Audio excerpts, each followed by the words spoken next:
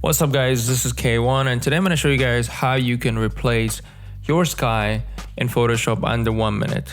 Let's get started. First off, we're going to start by dragging our sky overlay to our main photo. If you're interested to get my sky overlay packs, the link will be in the description, but you can use any sky overlays in your case. Now make sure to resize your sky and then change the normal blend to darken. After that, we're gonna decrease the opacity a little bit to see what's going on in the background. Darken mode will apply the sky overlay on the brightest areas. Now we will add a layer mask and then we're gonna go to gradient map. In gradient map, make sure you choose black and white.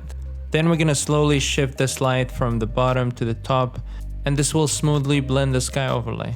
And ladies and gentlemen, here we have before and after.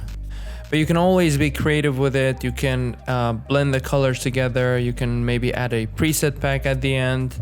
You can do your best to blend and match the sky overlay with your main photo. Thank you so much for watching this video. If you liked it, please give it a big thumbs up, and also don't forget to subscribe for more upcoming videos like this. And if you want to support my channel, please check out my store kaiwanproduction.com, where you can find a lot of preset packs, overlay and LUTs, and many interesting stuff.